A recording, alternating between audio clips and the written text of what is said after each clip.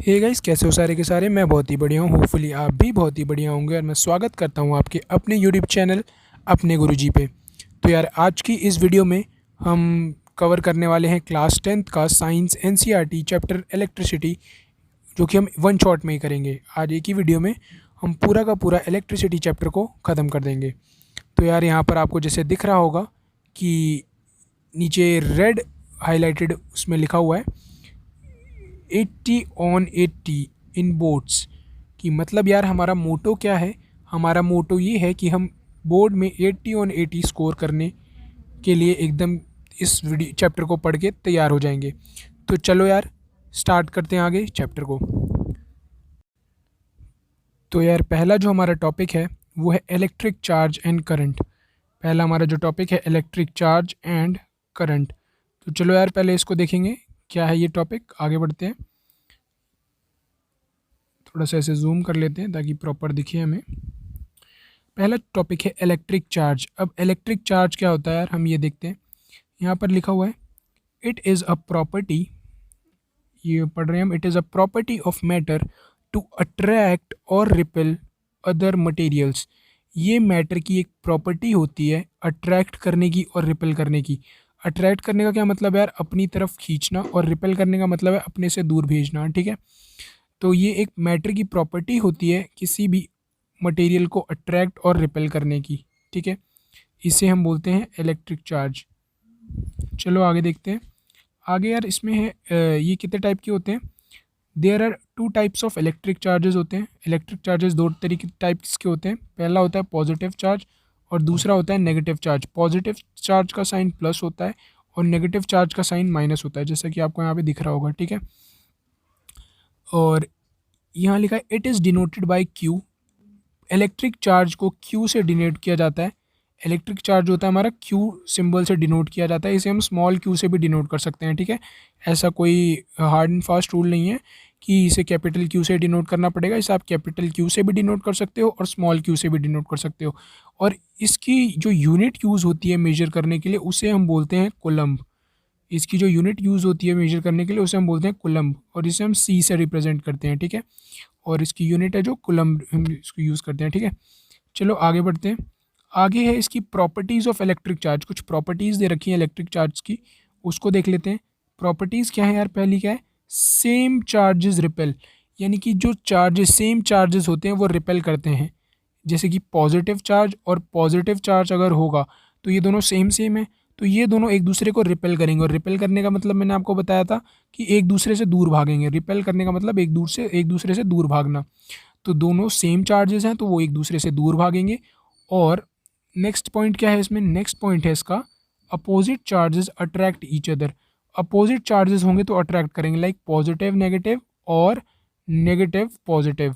या negative positive negative होगा तब भी वो एक दूसरे को अट्रैक्ट करेंगे, एक दूसरे की तरफ आकर्षित होंगे। और नेगेटिव और पॉजिटिव होगा तब भी वो एक दूसरे की तरफ आकर्षित होंगे। ठीक है। तो जब भी अपोजिट चार्ज होगा वो एक दूसरे को अट्रैक्ट करेंगे, और जब भी सेम चार्ज होगा वो एक दूसरे को रिपेल करेंगे। ठीक है। इतना क्लियर हो गया। चलो अब आगे देखते हैं यार। आगे देखो, वही चीज़ यहाँ पर भी बताई गई है कि जब भी सेम चार्जेस होंगे, पॉजिटिव पॉजिटिव देख रहे हो आप, एक दूसरे से दूर भाग रहे हैं। पॉजिटिव पॉजिटिव देखो एक दूसरे से दूर, एक अलग अलग दिखाया गया है सिंबल। और देखो नेगेटिव नेगेटिव भी होगा तब भी एक दूसरे से दूर ही भागेंगे, रिपेल कर रहे हैं। लेकिन जैसे ही अपोजिट चार्ज आया, पॉजिटिव नेगेटिव, ये दोनों एक दूसरे को अट्रैक्ट करने लग गए। ठीक है। तो वही चीज़ मैंने अभी आपको ऊपर बताई थी। चलो आगे देखते हैं। आगे है इलेक्ट्रिक फील्ड। अब इलेक्ट्रिक फील्ड क्या होता है इसको देख लेते हैं हम। इलेक्ट्रिक फील्ड, ये लिखा है electric charges kept when kept create a small area around itself where its effect can be felt called as electric field। ये कहने का ये मतलब है इसका, जब भी इलेक्ट्रिक चार्ज को, जब भी एक इलेक्ट्रिक चार्ज मान लो जैसे ये रखा है, जैसे ये हम इलेक्ट्रिक चार्ज यहाँ देख रहे हैं। इलेक्ट्रिक चार्ज जब भी जो होता है ना, उस वो अपने आसपास एक ऐसी फील्ड सी बना लेता है, एक एरिया सा बना लेता है, जिस एरिया में अगर कोई भी चीज़ आती है तो उसी के बेस पे डिसाइड होता है कि वो जो है वो अट्रैक्ट होगा या रिपेल होगा। आपको मैं एक एग्जांपल देके समझाता हूँ। सपोज करो जैसे आपने चुंबक देखा होगा, जैसे मान लो ये कोई पॉजिटिव एक मिनट, ये मान लो कोई चुंबक है, ये जैसे चुंबक जो होता है ये भी अपने आसपास एक फील्ड बना लेता है। इस फील्ड में अगर कोई भी जैसे ये मैग्नेट है, ठीक है, मैग्नेट MEG लिख दिया मैंने, मैग्नेट है, ये अपने आसपास एक फील्ड बना के रखता है। आपने नोटिस करा होगा कि कुछ एक जब भी चुंबक के आसपास थोड़ा ज़्यादा पास आप कोई चीज़ रखते हो तो वो फटाक से जाकर चिपक जाती है। लाइक कोई भी लोहे की चीज़ रखते हो, छोटी आयरन नील कील वगैरह रखते हो उसके ज़्यादा पास थोड़ा सा, तो वो फटाक से जाकर उस चुंबक पर चिपक जाती है। तो वो चिपक इसलिए जाती है क्योंकि वो जो आयरन नील होती है या जो भी वो मेटल का सामान होता है वो उस फील्ड में आ रहा होता है मैग्नेट की, तभी वो उससे फटाक से जाकर चिपक जाती है। और जैसे ही आप देखोगे, आप थोड़ा सा डिस्टेंस को बढ़ाओगे, डिस्टेंस बढ़ाते ही क्या होता है, मान लो आपने उस आयरन नील को आपने यहाँ रख दिया। जैसे आप थोड़ा सा दूर रखोगे, उसकी फील्ड यहीं तक है बस, और आपने उस आयरन नील को यहाँ रख दिया, तो वो आयरन नील इससे अट्रैक्ट होगी नहीं, वो वहीं की वहीं रखी रहेगी और मैग्नेट भी यहीं रहेगा, फिर वो अट्रैक्ट नहीं होगा। लेकिन जैसे ही आप उसकी यहाँ पर एंटर करोगे फील्ड में, वैसे ही फटाक से जाकर वो चिपक जाएगा। ठीक है, मैं होप करता हूँ आपको ये समझ आ गया होगा। चलो यार आगे देखते हैं। वही चीज़ यहाँ पर ये बताई गई है, आप इसको एक दोबारा मैं बता देता हूँ। इसको आप एक मैग्नेट अजीम कर सकते हो। सपोज करो ये मैग्नेट है, और जैसे ये इसकी फील्ड यहाँ तक जा रही है, यहाँ तक, जैसे जहाँ तक इसकी आखिरी लाइन है, और आखिरी लाइन है इसकी जहाँ जहाँ तक है, वहाँ तक इसकी फील्ड है। तो अगर आप कोई भी ऑब्जेक्ट इसकी फील्ड में रखोगे, सपोज करो कोई आयरन नील आपने चुंबक है रखा, तो ये फटैक से आकर इस पर चिपक जाएगा, ये फटैक से आकर चिपक। लेकिन अगर आप इसको थोड़ा सा भी बाहर रख दोगे तो वो चीज़ उससे आके नहीं चिपकेगी। मतलब वो चिपक इसलिए नहीं रही है क्योंकि वो उसकी फील्ड से बाहर है, और फील्ड से जैसे ही बाहर होगा वो चिपकना, अट्रैक्ट करना या रिपेल करना बंद कर देगा। ठीक है, मैं होप करता हूँ ये क्लियर हो गया होगा। चलो आगे देखते हैं। अब ये था हमारा, ये टॉपिक था इलेक्ट्रिक फील्ड। अब देखते हैं चार्जिंग अ बॉडी। किसी भी बॉडी को हम चार्ज कैसे कर सकते हैं वो देखेंगे हम। तो it comes into notice it comes into notice when two bodies are rubbed with each other like glass rod with silk। अब दो बॉडी को हम, या बॉडी को चार्ज कैसे कर सकते हैं, तो ये देखा कब गया कि जब दो बॉडी को एक दूसरे से रब करा गया, तो ये चार्जिंग ऑफ अ बॉडी, जो charging a body phenomena happen हुआ। और लाइक ग्लास रॉड और को जब हमने सिल्क से रब करा तब ये फिनोमिना देखा गया। चलो ये एक्सपेरिमेंट देख लेते हैं एक बार ताकि अच्छे से क्लियर हो जाए। ये एक्सपेरिमेंट ये है, glass rod rubbed with silk, electrons move from glass rod to silk, therefore glass rod acquire positive charge and silk with acquire negative charge. ये डेफिनेशन पढ़ के मैं होप करता हूँ आपको समझ आ गया होगा, और नहीं भी समझ आया तो चलो इसको एक बार देख लेते हैं। ये कहना ये चाहता है इलेक्ट्रॉन, देखो जब आपने सबसे पहले देख लेते हैं ग्लास रॉड और सिल्क से कहना क्या चाहता है वो। ये ग्लास रॉड है, ये ग्लास रॉड है, और ये सिल्क है, ठीक है। और ऐसे इसको रब करेंगे हम, इसके ऊपर रख के ऐसे इसको रब करा जाएगा, ऐसे ग्लास रॉड के ऊपर ऐसे सिल्क के कपड़े को रख के रब करा जाएगा। और ये आप ऐसे इंडिविजुअल देख सकते हो, तो ये ग्लास रॉड है और ये सिल्क है, ठीक है। अब हम इस प्रॉपर फिनोमिना को समझते हैं, वो कहना क्या चाहता है। देखो हमारा जो ये हमारा ग्लास रॉड था। अब ग्लास रॉड में हम मान लेते हैं कि 5 पॉजिटिव चार्ज थे, ऐसे नहीं, एक मिनट, हम मान लेते हैं, थोड़ा सा बड़ा बनाते हैं। ये ग्लास रॉड था, इसमें हमारे 5 पॉजिटिव चार्ज थे, 2 3 4 5, 5 पॉजिटिव थे और 5 ही इसमें नेगेटिव थे, ठीक है। और इसी में ये सिल्क का वो मान लो क्लॉथ था जो हमारा, सिल्क में 2 पॉजिटिव थे और 2 नेगेटिव थे, ठीक है। तो यहाँ पर अगर हम एक टैली बनाएं, यहाँ पर अगर हम एक टैली बनाएं तो हमने क्या देखा कि रॉड में कितने हैं, रॉड में है हमारा टोटल 5 पॉजिटिव 5 नेगेटिव। और अगर हम सिल्क में देखें, सिल्क क्लॉथ में देखें तो 2 पॉजिटिव दो नेगेटिव, ठीक है। अभी ये किस पे हैं, अभी ये किस में है, अभी ये न्यूट्रल है। न्यूट्रल कितने तरीके के होते हैं न्यूट्रल, आप जब, या तो न्यूट्रल आप कह सकते हो जब ज़ीरो हो, एकदम एकदम ज़ीरो हो तब भी आप न्यूट्रल कह सकते हो, या फिर दोनों में बराबर हो। जैसे देखो अभी ग्लास रॉड में 5 पॉजिटिव हैं 5 नेगेटिव हैं, तो ग्लास रॉड जो है वो अभी न्यूट्रल है, क्योंकि वो 5 उसका पॉजिटिव जो है वो 5 नेगेटिव को इक्वलाइज कर रहा है। और सेम ऐसा सिल्क में भी अभी यही हो रहा है यार कि 2 पॉजिटिव जो हैं वो 2 नेगेटिव को इक्वलाइज कर रहे हैं, ठीक है। तो ये भी अभी न्यूट्रल है, ये न्यूट्रल केस है। लेकिन अब होगा क्या, अगर आप, अब जब आप इस क्या नाम है, ये ग्लास रॉड पे वो सिल्क के कपड़े को रब करना शुरू करोगे, तो होगा ये कि उसमें खलबली सी मच जाएगी। अब होगा उसमें ये कि इलेक्ट्रॉन्स जो होंगे इधर उधर मूव करना शुरू हो जाएंगे। हो सकता है कि अ, ये जो हमारा सिल्क का कपड़ा था उससे कुछ इलेक्ट्रॉन ट्रांसफ़र होके ग्लास रॉड पे चले जाएं, या ऐसा भी हो सकता है ग्लास रॉड से कुछ इलेक्ट्रॉन्स ट्रांसफ़र होके सिल्क के कपड़े पे चले जाएं। इलेक्ट्रॉन्स ही क्यों, प्रोटॉन्स भी हो सकता है कि अब प्रोटॉन्स भी जा सकते हैं, इधर से भी प्रोटॉन्स जा सकते हैं। तो मान लो 5 पॉजिटिव, 5 प्रोटॉन थे, 5 इलेक्ट्रॉन थे, और इसमें 2 पॉजिटिव थे 2 नेगेटिव थे। रब करने पे मान लो हम ये मान सकते हैं, ऐसे नहीं, देखो इधर देखते हैं प्रॉपर, 5 पॉजिटिव थे 5 नेगेटिव थे इधर, और इधर थे 2 पॉजिटिव 2 नेगेटिव। रब करने पे मान लो इधर एक नेगेटिव चला गया, एक नेगेटिव चला गया, तो अब इधर कितना बन जाएगा, 5 पॉजिटिव 6 नेगेटिव, ये बन गया। एक उधर से आ जाएगा तो अब क्या होगा, और इधर कितना बचेगा, 2 पॉजिटिव बचेगा, इधर 2 पॉजिटिव 2 ही है टोटल अभी भी, और नेगेटिव कितना बचा, सिर्फ एक, क्योंकि एक उधर चला गया। तो देखो अब ध्यान से देखोगे तो ये क्या बन गया, ये इलेक्ट्रोनेगेटिव बन गया। इसमें electron negative, negative electrons negative ज़्यादा हो गए, नेगेटिव चार्ज जैसे ही ज़्यादा होगा तो ये इलेक्ट्रोनेगेटिव हो जाएगा, नेगेटिवली चार्ज हो गया, ये नेगेटिवली चार्ज हो गया। और इसमें देखोगे तो इसमें प्लस ज़्यादा होगा तो ये पॉजिटिवली चार्ज हो गया।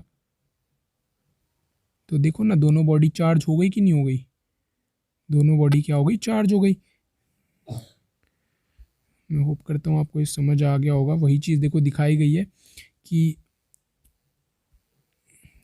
सिंपल सी चीज़ वो यही कहना चाहता था कि जब electrons move from glass rod to silk, जब रबिंग होगी तो इधर उधर बहुत ज़्यादा जब अनसर्टेनिटी आ जाएगी, और जैसी अनसर्टेनिटी आएगी कुछ इलेक्ट्रॉन्स या कुछ प्रोटॉन्स मूव करने लग जाएंगे इधर उधर, और जैसे ही ऐसा कुछ होगा तुरंत ही कुछ इलेक्ट्रॉन इधर से, इसमें से इधर आ जाएंगे, या कुछ प्रोटॉन इधर से निकल के उधर चले जाएंगे, सब कुछ मिक्स हो जाएगा, और मिक्स होते ही फिर क्या होगा, चार्जिंग हो जाएगी बॉडी की।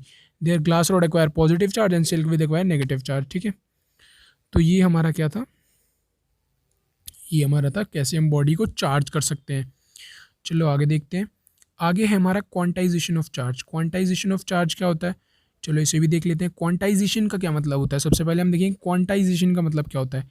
क्वांटाइजेशन का मतलब होता है क्वांटिफाई करना, किसी भी उसको क्वांटिफाई करना है। एक मिनट, क्वांटिफाई करना होता है। क्वांटाइजेशन का मतलब होता है, क्वांटाइजेशन का मतलब होता है क्वांटिफाई करना। अब आप कहोगे क्वांटिफाई करना क्या होता है, क्वांटिफाई करने का मतलब होता है वैल्यू को फिक्स करना, फिक्सिंग अ वैल्यू, फिक्सिंग किसी भी वैल्यू को फिक्स कर देना। देखो यहाँ पर भी लिखा है fixing, fixing a particular value. मतलब कहना ये चाहता है quantization means fixing a particular value, एक वैल्यू को, पर्टिकुलर वैल्यू को फिक्स कर देना। फॉर एग्जांपल जब आप किसी भी शॉप पर एक मैगी का पैकेट लेने जाते हो तो वो 12 रुपये का ही पड़ता है। ऐसा तो नहीं है ना कि आप बोलते हो हाफ़ मैगी आप मेरे को दे दो 6 रुपये में, बाकी आधी आप बना के खा लेना, ऐसा नहीं होता ना। तो वैसे यहाँ पर होता है क्वांटाइजेशन, किसी भी चीज़ की वैल्यू को फिक्स कर देना।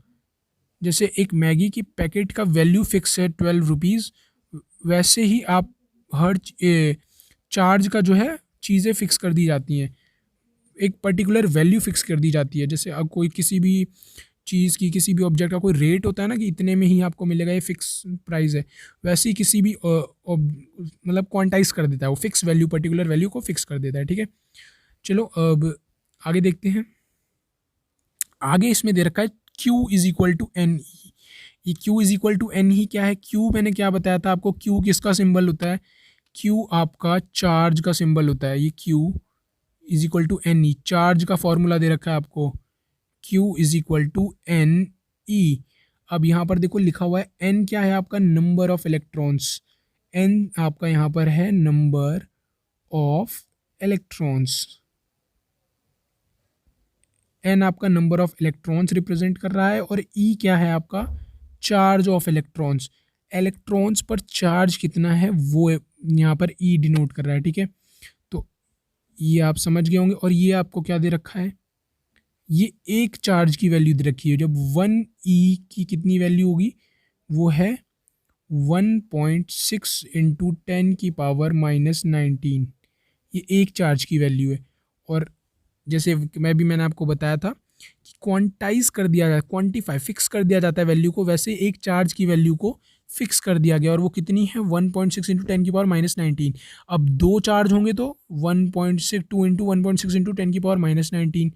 इसी की जगह अगर आप तीन चार्ज ले लो, तीन चार्ज होंगे तो 1.6 इंटू 10⁻19 चार चार्ज होंगे तो 1.6 इंटू 10⁻⁻19। पाँच चार्ज होंगे तो सो ऑन 1.6 इंटू 10⁻⁻19। ऐसे करके आप चार्जेस की वैल्यू को निकाल सकते हो फिर, ठीक है।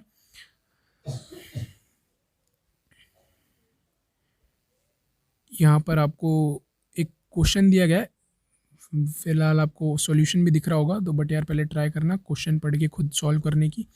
Let us calculate number of electrons in 1 coulomb of charge.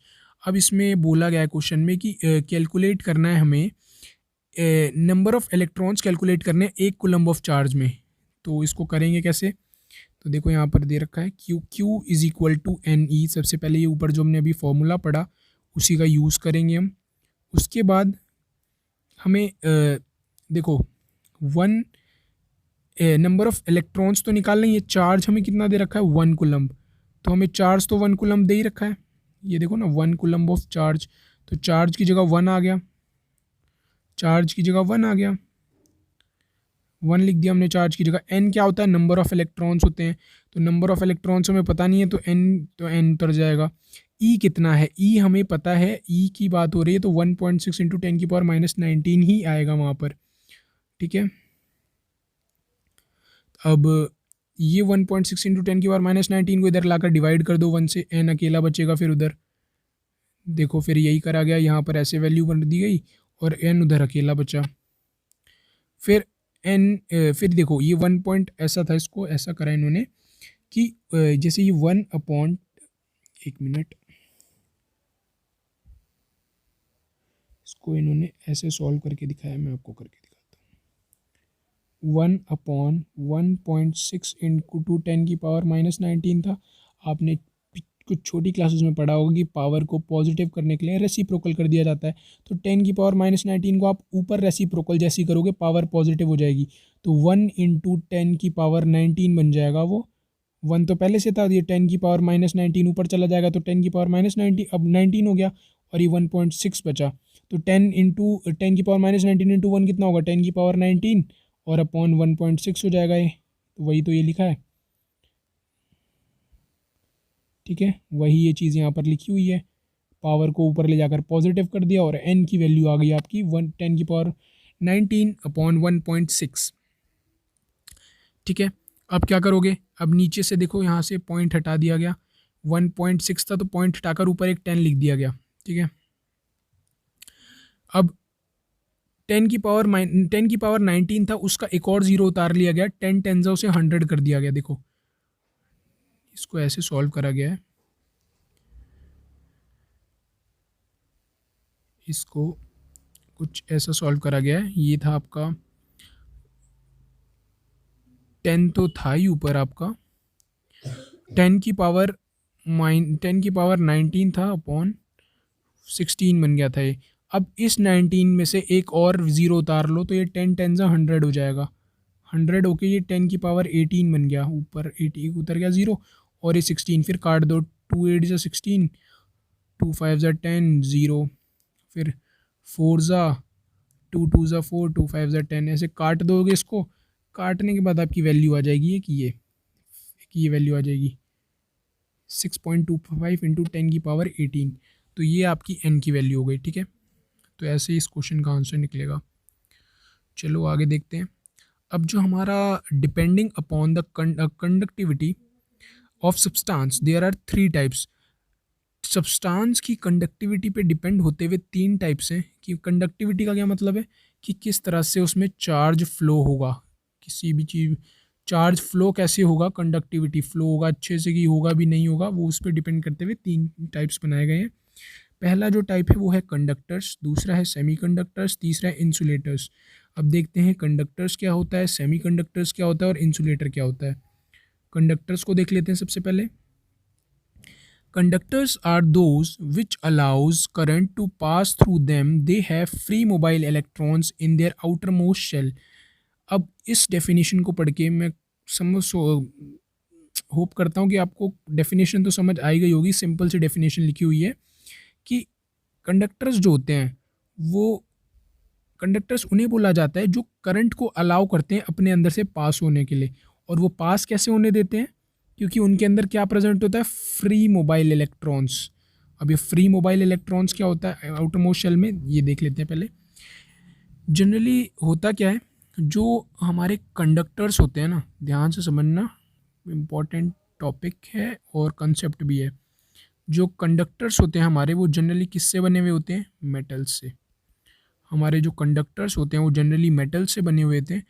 और मेटल से बने हुए होने की वजह से क्या होता है, इनका जो शेल होता है ना वो बड़ा होता है। एटम का जो शेल होता है वो बड़ा होता है, बीच में इलेक्ट्रॉन आ जाता है। जो एटम का आपने 9th में पढ़ा होगा, कैसे हम वो कर रहे थे, मैं इधर लिख के दिखाता हूँ। हमारे जो एक मिनट, हमारे जो कंडक्टर्स होते हैं वो जनरली मेटल से बने हुए होते हैं। और मेटल्स का जो शेल होता है वो बहुत लार्ज होता है। मतलब कि जो भी मेटल आप लोगे उसमें उसकी ऑर्बिट्स बहुत सारी होती हैं। ऑर्बिट्स वाला आपने कंसेप्ट करा होगा 9th क्लास में। ऑर्बिट्स ज़्यादा होने की वजह से क्या होता है, उसकी न्यूक्लियस से दूरी बढ़ जाती है। और न्यूक्लियस से दूरी बढ़ने की वजह से क्या होता है, इलेक्ट्रॉन जो होता है छूट के भाग जाता है, मतलब इसी को बोला जाता है फ्री मोबाइल इलेक्ट्रॉन। जो इलेक्ट्रॉन छूट के भाग जाता है शेल में से, तो वो एक फ्री मोबाइल इलेक्ट्रॉन बन जाता है। क्या बन जाता है, फ्री मोबाइल इलेक्ट्रॉन, जिसकी बात अभी कंडक्टर वाली डेफिनेशन में की जा रही थी। यही फ्री मोबाइल इलेक्ट्रॉन होता है, क्योंकि जो पकड़ने की कैपेसिटी होती है न्यूक्लियस की, वो प्रॉपर मिल नहीं पाती। जितना ज़्यादा दूर होगा उतनी कम उस पर फोर्स लगा पाएगा न्यूक्लियस उसको होल्ड करने के लिए। और जितनी कम फोर्स लगाएगा उतनी जल्दी वो इलेक्ट्रॉन जो होगा निकल के भाग जाएगा। और जैसे ही वो निकल के भाग जाता है वैसे ही वो फ्री मोबाइल इलेक्ट्रॉन हो जाता है। और इसी फ्री मोबाइल इलेक्ट्रॉन की वजह से क्या होता है, कंडक्टर्स के अंदर इलेक्ट्रिसिटी जो होती है वो ईजिली बहुत स्मूथली फ्लो होती है। ठीक है, चलो आगे देखते हैं। ये कंडक्टर देखो, कॉपर कंडक्टर दे रखा है आपको, एग्जाम्पल पिक्चर भी दिख रही होगी, CuAl आपको एग्जाम्पल्स दे रखे हैं कंडक्टर के। इंसुलेटर क्या होता है, इंसुलेटर बिल्कुल अपोजिट होता है उसका। इंसुलेटर का कंसेप्ट भी देख लेते हैं। Insulators are those which do not allows current to pan through them as they do not have free mobile electrons. इसमें कंडक्टर्स वाले केस का बिल्कुल अपोजिट होता है।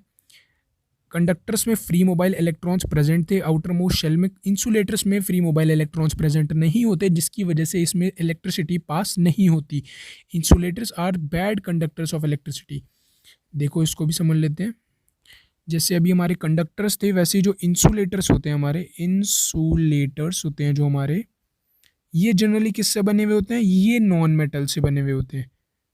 ये किससे बने हुए होते हैं, ये नॉन मेटल से बने हुए थे। और नॉन मेटल से बने होने की वजह से क्या होता है, इनका जो शेल होता है वो छोटा होता है। शेल छोटा होने की वजह से जो इलेक्ट्रॉन्स होते हैं वो बहुत टाइटली बाउंड होते हैं। किससे, न्यूक्लियस से। न्यूक्लियस बहुत ज़्यादा फोर्स लगा रहा होता है इलेक्ट्रॉन के ऊपर, जिसकी वजह से इलेक्ट्रॉन क्या होता है, भाग नहीं पाता निकल के।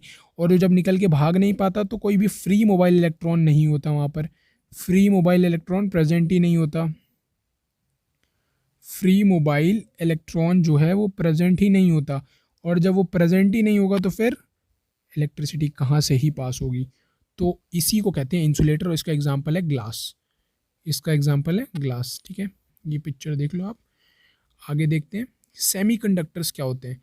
Semiconductors are those which allow only small amount of current to pass through them. Semiconductors वो होते हैं जो बहुत ही कम अमाउंट में करंट को अलाउ करते हैं अपने अंदर से पास होने के लिए। फॉर एग्ज़ाम्पल आप ऐसे समझ सकते हो कि जैसे मान लो ये कोई वो है, तो सेमीकंडक्टर का मतलब थोड़ा सा वो पास होने देगा, मतलब ये दोनों का मिक्सअप होता है। ये कंडक्टर और ये कंडक्टर और इंसुलेटर का, कंडक्टर और इंसुलेटर का मिक्स होता है कि इसमें दोनों चीज़ें होती हैं। ये अलाउ भी करता है और रोकता भी है, मतलब इसमें कुछ अमाउंट ऑफ करंट ही पास होता है इससे, और ये रोकता भी है। तो इसका एग्जांपल सिलिकॉन है। ठीक है, चलो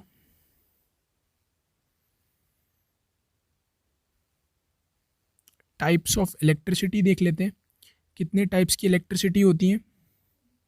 पहला है स्टैटिक इलेक्ट्रिसिटी, दूसरा है करंट इलेक्ट्रिसिटी। स्टैटिक इलेक्ट्रिसिटी किसे बोलते हैं? Is a type when electronic charges develop but do not flow. Static electricity का क्या है, हम ये कह सकते हैं कि चार्ज तो डेवलप होता है बट वो फ्लो नहीं होता है, मतलब चार्ज डेवलप हुआ बट वो फ्लो नहीं हुआ। एग्जाम्पल आप देख सकते हो, charges developed by glass rod and silk. Charges जो ग्लास रॉड और सिल्क में पॉजिटिवली चार्ज और नेगेटिवली चार्ज हमने कर दिया था दोनों को, उसमें चार्ज तो डेवलप हो गया था लेकिन वो फ्लो नहीं हो रहा था, और फ्लो ना होने की वजह से वो स्टैटिक इलेक्ट्रिसिटी में आता है। फ्लो ना होने की वजह से वो स्टैटिक इलेक्ट्रिसिटी में आता है, मतलब रुकी हुई इलेक्ट्रिसिटी। और करंट इलेक्ट्रिसिटी क्या होता है? करंट इलेक्ट्रिसिटी होता है जो फ्लो कर रही है इलेक्ट्रिसिटी, जो घरों में आती है। Current electricity is a type when electronic charges develop in motion. जैसे जब इलेक्ट्रॉनिक चार्जेस जो होते हैं वो मोशन में आ जाते हैं तो उन्हीं को बोलते हैं करंट इलेक्ट्रिसिटी। एग्जांपल क्या है इसका? Electric current use to run electric appliances. अपने घर में आपके जितने भी फ़ैन, जो टीवी, जितनी भी चीज़ें इलेक्ट्रिक अप्लाइंसेस से रन होती हैं, उसमें करंट इलेक्ट्रिसिटी यूज़ हो रही होती है। क्यों? उसमें जो है इलेक्ट्रॉनिक चार्जेस जो होते हैं वो मोशन में होते हैं। ठीक है, अब ये देख लो आप, पिक्चर भी दे रखी है, अच्छी है पिक्चर वैसे देखने में, समझने के लिए। ये हमारा स्टैटिक इलेक्ट्रिसिटी की पिक्चर हो सकती है, और ये हमारी करंट इलेक्ट्रिसिटी की। इसमें करंट फ्लो हो रहा है तो बल्ब ग्लो हो रहा है, और इसमें जो है स्टेडी है, इसमें स्टैटिक है। ठीक है,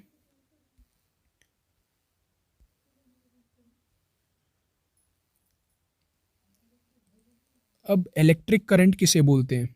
अगला टॉपिक है हमारा इलेक्ट्रिक करंट किसे बोलते हैं। और बेसिकली हम इस चैप्टर में करंट इलेक्ट्रिसिटी के बारे में ही पढ़ने वाले हैं। तो चलो पहले हम, पहला टॉपिक है जो हमारा, इलेक्ट्रिक करंट किसको बोलते हैं? Electric current is a rate of flow of electric charge. Electric current का डेफिनेशन आप पढ़ के आपको समझ आ रहा होगा, छोटी सी है। Is a rate of flow of electric charge. अब rate of flow of electric charge से क्या समझे आप? इलेक्ट्रिक चार्ज का फ्लो है जो, इलेक्ट्रिक चार्ज के फ्लो होने का रेट क्या है, ये कहना ये चाहता है। इलेक्ट्रिक चार्ज के, इलेक्ट्रिक चार्ज के फ्लो होने का रेट क्या है, मतलब इलेक्ट्रिक चार्ज किस रेट से फ्लो हो रहा है। That is I is equal to Q upon T, charge per unit time, मतलब कितनी तेजी से कितने टाइम में इलेक्ट्रिक चार्ज जो है वो फ्लो हो रहा है। ठीक है, इसकी यूनिट क्या होती है? एम्पियर होती है। इसकी यूनिट क्या होती है? एम्पियर होती है। इसे यूनिट एम्पियर में नापा जाता है। ये इसकी पिक्चर देख लो, बड़ी सी, अभी वही छोटी सी जो आपने देखी थी उसी को थोड़ा एनलार्ज करके दिखाया गया है। चलो आगे देखते हैं, एम मीटर क्या होता है। एम मीटर देख लेते हैं। एम मीटर इज़, ये इससे कंफ्यूज मत हो जाना कि क्या लिखा है। ये लिखा है 1 ampere is equal to 1 coulomb upon 1 second. ये डिवाइड का साइन है। ठीक है, 1 कूलम्ब अपॉन 1 सेकेंड, ये चीज़ लिखी हुई है वो। अब एग्ज़ाम में आपके क्वेश्चन आ जाता है डिफाइन 1 एम्पियर, बहुत इंपॉर्टेंट क्वेश्चन है, पेपर में आ जाता है। तो आप डिफाइन कैसे करोगे 1 एम्पियर को? 1 एम्पियर को डिफाइन करने के लिए देखो यार, 1 ampere current is said to be 1 ampere when 1 coulomb of charge flow through wire in 1 second। इसमें कुछ नहीं है, फॉर्मूला जो आपने पढ़ा था अभी, क्या पढ़ा था फॉर्मूला? ये जो फॉर्मूला आपने पढ़ा था अभी, कहाँ गया formula? Formula Q upon T, ये वाला देखो ना, I is equal to Q upon T वाले की बात कर रहा हूँ मैं। आपने पढ़ा था I is equal to Q upon T, यही पढ़ा था आपने करंट का फॉर्मूला। अब आई क्या होता है, आई क्या होता है, देखो आई होता है, आई की यूनिट होती है एम्पियर, करंट की यूनिट होती है एम्पियर, चार्ज की यूनिट होती है कूलम्ब, हमने पढ़ा था, टाइम की यूनिट होता है सेकेंड, यही होता है। तो इसको ये देखो, यही चीज़ तो यहाँ लिख रखी है, 1 ampere is equal to 1 coulomb upon 1 second. अब इसी को आप डेफिनेशन फॉर्म में लिख दो कि 1 एम्पियर किसे कह सकते हैं, when current is set to be 1 ampere, जब 1 कूलम्ब का चार्ज 1 सेकेंड में वायर से फ्लो होगा, जब 1 कूलम्ब का चार्ज 1 सेकेंड में वायर से फ्लो होगा तो उसी को बोला जाएगा 1 एम्पियर। ठीक है, current is set to be 1 ampere when 1 coulomb of charge flow through wire in 1 second. 1 coulomb का चार्ज जब 1 सेकेंड में फ्लो होगा वायर से तो उसी को बोला जाएगा 1 एम्पियर। ठीक है, ये डेफिनेशन है, फॉर्मूला याद कर लोगे तो इसकी डेफिनेशन आप अपने आप भी बना लोगे, ईजी है। और जो एम मीटर होता है इंपॉर्टेंट है, एम मीटर किस लिए यूज़ होता है, एम मीटर यूज़ होता है करंट को मेजर करने के लिए। 1 नंबर में क्वेश्चन आ सकता है, एम मीटर जो होता है वो करंट को मेजर करने के लिए यूज़ होता है। ठीक है, अगला टॉपिक है पोटेंशियल डिफरेंस। पोटेंशियल डिफरेंस क्या होता है देख लेते हैं। पोटेंशियल डिफरेंस है is the work done in moving charge from one point to another point. Potential difference होता है कि ये वर्क डन होता है एक चार्ज जो है, मूविंग चार्ज फ्रॉम एक पॉइंट से दूसरे पॉइंट को चार्ज को ले जाने में जो वर्क डन लगा है उसी को हम पोटेंशियल डिफरेंस कहते हैं।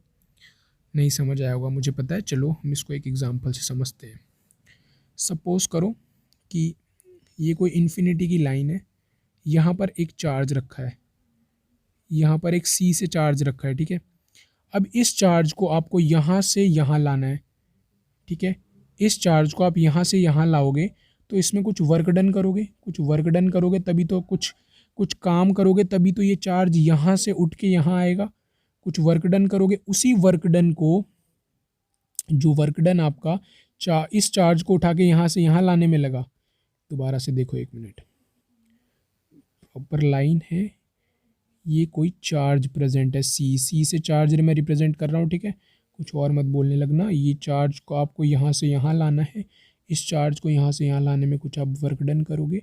उस वर्क डन मतलब जितना वर्क डन आपको यहाँ से यहाँ ले जाने में लगा, उस वर्क डन इस पॉइंट पे लाने में लगा, वो क्या, इसे क्या बोलोगे आप, पोटेंशियल।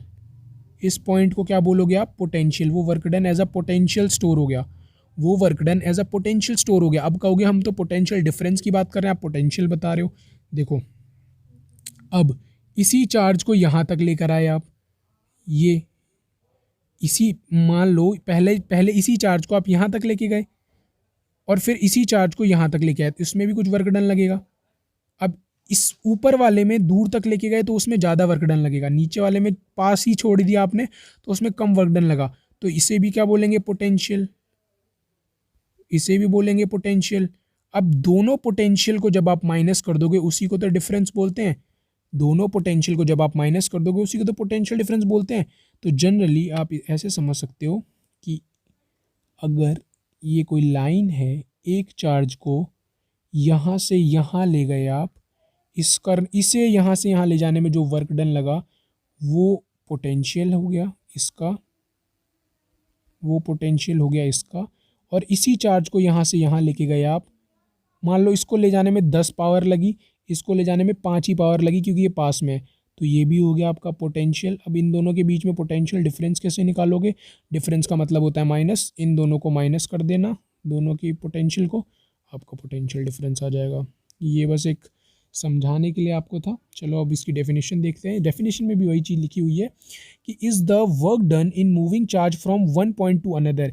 जो वर्क डन हमारा हो रहा है एक चार्ज को एक जगह से दूसरी जगह ले जाने में, उसी को पोटेंशियल बोलते हैं, पोटेंशियल डिफरेंस बोलते हैं। देखो, पोटेंशियल डिफरेंस का सिंबल V होता है, W upon Q, charge per unit work done per unit charge. देखो यहीं से समझ लो यार, जब ये पॉइंट चार्ज था जो, इसको यहाँ से यहाँ ले गए, ठीक है, इसको जब यहाँ से यहाँ ले जाओगे तो वर्क डन हो गया ये। इसी वर्क डन को जब आप चार्ज से डिवाइड कर दोगे, जिसी वर्क डन को जब आप चार्ज से डिवाइड कर दोगे तो ये आपका पोटेंशियल डिफरेंस बन जाएगा। वही तो फॉर्मूला लिखा है, जैसे V है आपका पोटेंशियल डिफरेंस, वर्क डन आपने करा था जो वहाँ पर, और उसी को जब आप चार्ज से डिवाइड कर दोगे तो आपका पोटेंशियल डिफरेंस निकल के आ जाएगा। अब आप कहोगे आप तो माइनस करने को कह रहे थे, तो वो न्यूमेरिकल वाले फॉर्म उसमें फॉर्म में सही रहेगा, लेकिन एक्चुअल फार्मूला इसका यही होता है, W/Q। ठीक है, W/Q होता है पोटेंशियल डिफरेंस का फॉर्मूला। आगे वोल्ट मीटर क्या होता है, वोल्ट मीटर देख लेते हैं। वोल्ट मीटर जो होता है, 1 वोल्ट, 1 वोल्ट, ये ऐसे लिखा हुआ है, 1 volt is equal to 1 joule upon 1 coulomb, 1 coulomb. ठीक है, ये डिवाइड का सिंबल है, याद रखना, कहीं कुछ और समझो। और आप कहोगे हमने लिखा कैसे ये, तो वर्क डन क्या होता है यार, देखो V पोटेंशियल डिफरेंस का वोल्ट होती है यूनिट, W वर्क डन की क्या होती है, V is equal to W/Q है ना, तो V की वोल्ट हो गई, वर्क डन की हमारी जूल हो गई, और चार्ज की हमारी कूलम्ब हो गई। तो वही चीज़ हमने यहाँ लिख रखी है। अब जैसे आपके एग्ज़ाम में अभी तक हमने ऊपर पढ़ा था, अभी डिफाइन एम्पियर था, डिफाइन 1 वोल्ट भी आ सकता है। तो इसे कैसे लिखोगे, potential difference is said to be 1 volt when 1 joule of work done is done in moving 1 coulomb of charge from one point to another. मतलब इसका कहने का मतलब है, जब आप 1 जूल ऑफ वर्क डन करोगे किसी भी चार्ज को मूव करने के लिए एक पॉइंट से दूसरे पॉइंट तक, तो उसी को बोला जाएगा 1 वोल्ट। ठीक है, ठीक है, मैं होप करता हूँ आपको समझ आ गया होगा। अब देखो ये वोल्ट मीटर होता क्या है, voltmeter is a instrument use to measure potential difference. जैसे एम मीटर करंट मेजर करता है, वोल्ट मीटर जो होता है वो पोटेंशियल डिफरेंस को मेजर करता है। ये याद रखना, volt meter potential difference,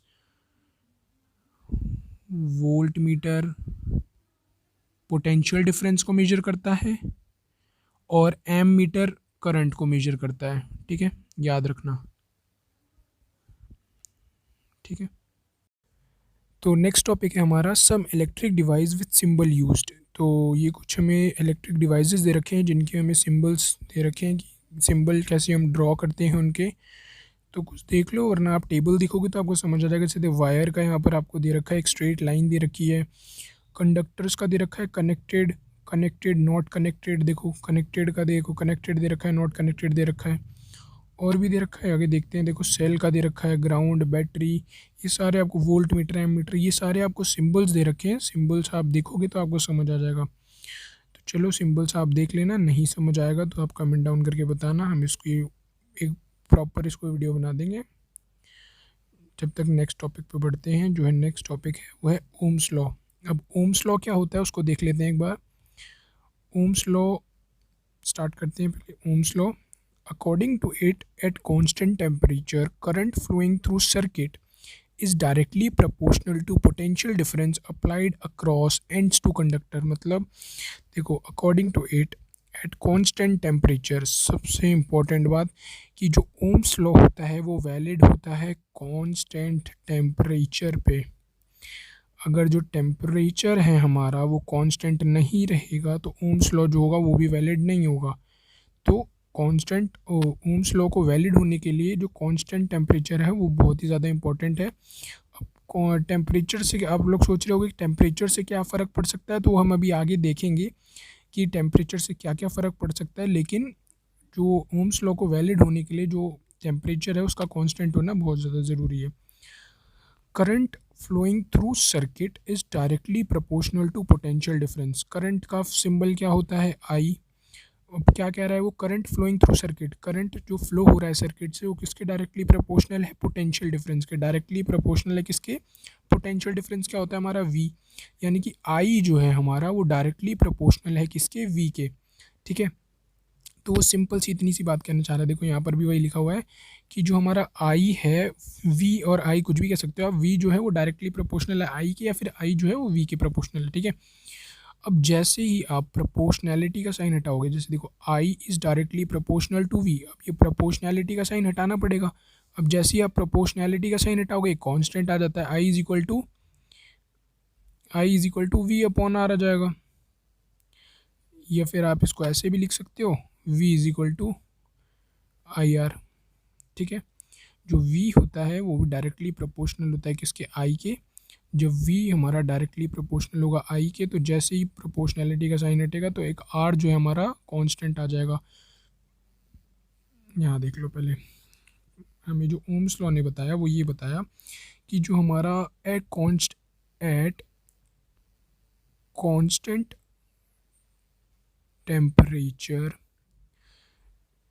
potential difference is directly proportional to current flowing through circuit. ठीक है, अब जैसे ही आप ये ये प्रोपोर्शनैलिटी साइन हटाओगे इक्वल आ जाएगा, और आई का आई आ जाएगा, और प्रोपोर्शनैलिटी साइन हटने के बाद आर एक कांस्टेंट आ गया। ये आप क्या आ गया, ओम्स लॉ का फॉर्मूला आ गया।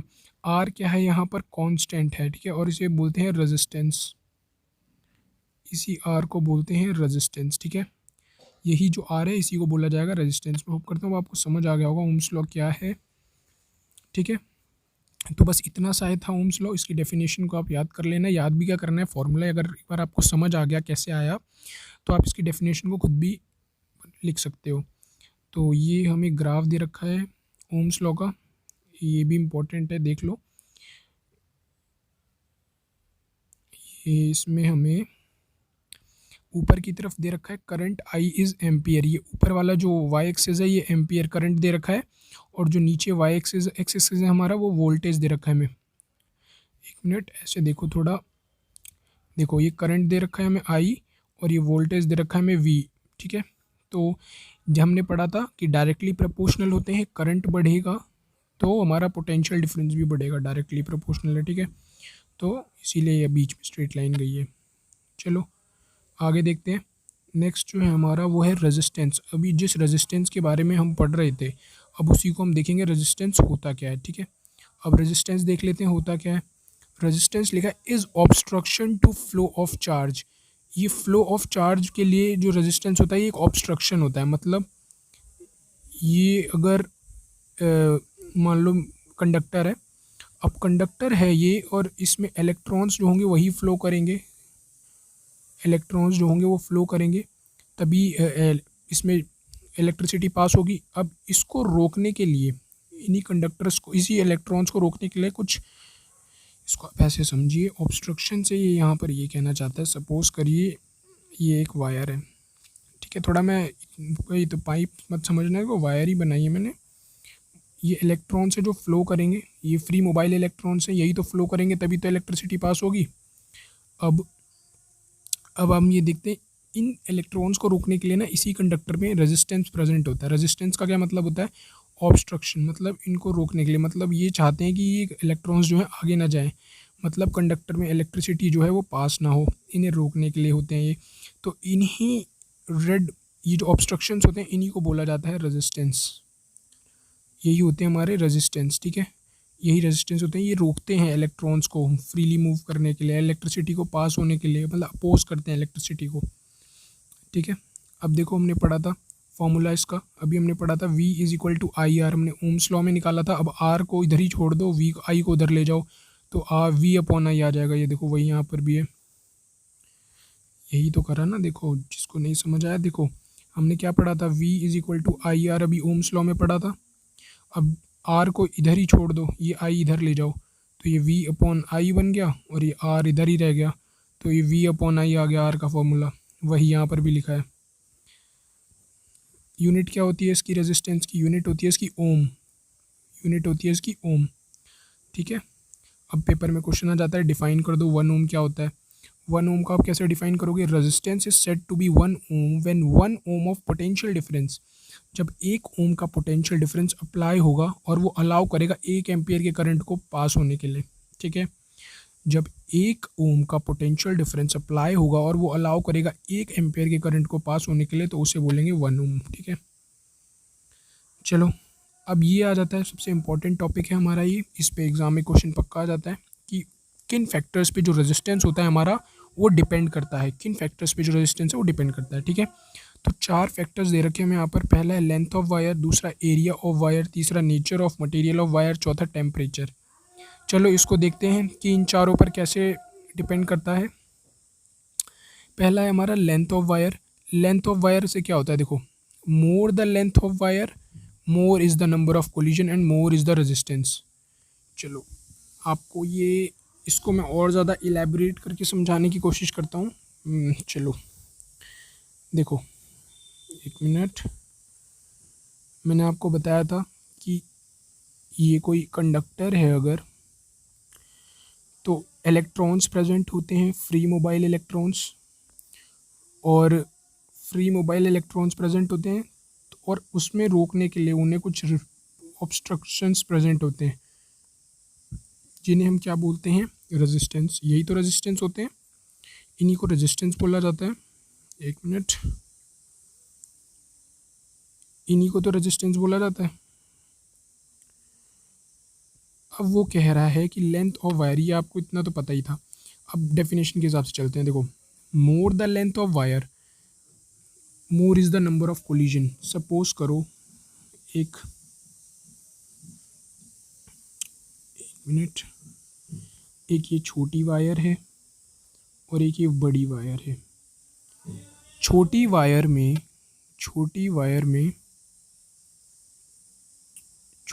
जो इलेक्ट्रॉन्स होंगे वो प्रेजेंट होंगे, मान लो इतने, ठीक है। और बड़ी वायर में इलेक्ट्रॉन्स होंगे इतने, 4 ही मान लो। अब ऑब्स्ट्रक्शंस भी प्रेजेंट होंगी, इसमें ऑब्स्ट्रक्शंस भी प्रेजेंट होंगी इनको रोकने के लिए, ठीक है। इसमें भी ऑब्स्ट्रक्शंस प्रेजेंट होंगी।